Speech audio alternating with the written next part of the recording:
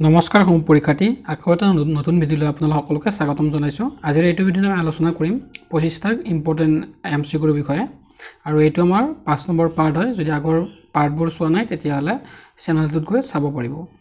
প্ৰথম কোৱেশ্চন, অসম ৰাজ্যিক সংগ্ৰহালয় ক'ত অৱস্থিত? উত্তৰ হৈছে গুৱাহাটী। নৰেন্দ্ৰ মোদী ষ্টেডিয়াম ক'ত অৱস্থিত? আহমেদাবাদ। গুজৰাট ৰাজ্যৰ আহমেদাবাদ চহৰত নৰেন্দ্ৰ মোদী ষ্টেডিয়াম অৱস্থিত। অসমৰ আটাইতকৈ পুৰণি মেডিকেল কলেজখনৰ নাম কি?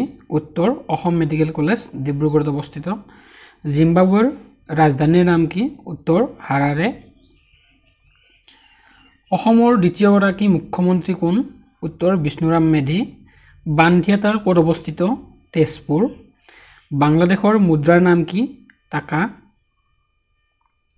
থাইলেণ্ডৰ ৰাজধানীৰ নাম কি? উত্তৰ বেংকক।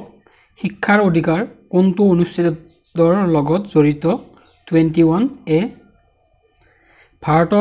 ভাৰতত কেতিয়া প্ৰথম ৰঙীন টেলিভিছনৰ প্ৰচলন হৈছিল?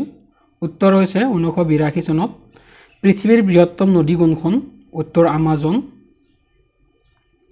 অ মোৰ আপোনাৰ দেশ গীতটি প্ৰথমে কোনখন আলোচনীত প্ৰকাশ পাইছিল? উত্তৰ বাহী। অসমৰ লৌহ মানৱ বুলি কাক জনা যায়? উত্তৰ বিষ্ণুৰাম মেধিক অসমৰ লৌহ মানৱ বুলি জনা যায়। ভাৰতৰ প্ৰথম মহাকাশচাৰী গৰাকীৰ নাম কি? উত্তৰ হৈছে ৰাকেশ শৰ্মা। প্ৰথম অসমীয়া IAS কোন? আনন্দৰাম বৰুৱা। 8 মে তাৰিখে কোনটো দিৱস পালন কৰা হয়? উত্তৰ ৰেড ক্ৰছ দিৱস পালন কৰা হয়। ভিক্টোৰিয়া মেমৰিয়েল হল কোনখন ৰাজ্যত অৱস্থিত? উত্তৰ কলিকতা ৰাজ্যত ভিক্টোৰিয়া মেমৰিয়েল হল অৱস্থিত। নীতি আয়োগৰ মুখ্য অধ্যক্ষ কোন? উত্তৰ প্ৰধানমন্ত্ৰী। ভাৰতৰ প্ৰথম কৃত্ৰিম উপগ্ৰহটোৰ নাম কি? উত্তৰ আৰ্যভট্ট। হিমা দাস কোনটো খেলৰ লগত জড়িত? উত্তৰ এথলেটিক্স। নো বল কোনটো খেলত ব্যৱহাৰ কৰা হয়? উত্তৰ ক্ৰিকেটত। কনকলতা বৰুৱাই কোনটো স্বাধীনতা আন্দোলনত প্ৰাণ আহুতি দিছিল?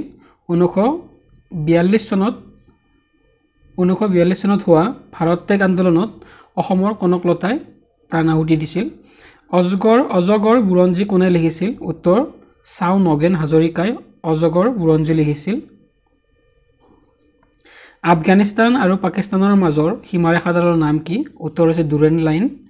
আহোম সাম্ৰাজ্যৰ শেষৰজন ৰজা কোন? উত্তৰ পুৰন্দৰ সিংহ। শেহতীয়াকৈ অসম বৈভৱ বঁটা কাক প্ৰদান কৰা হৈছিল? উত্তৰ ৰতন টাটাক। UAEৰ মুদ্ৰাৰ নাম কি? উত্তৰ হৈছে দিৰাম। তো আজিৰ ভিডিঅ'টো ইমানখিনি আছিলে। ধন্যবাদ।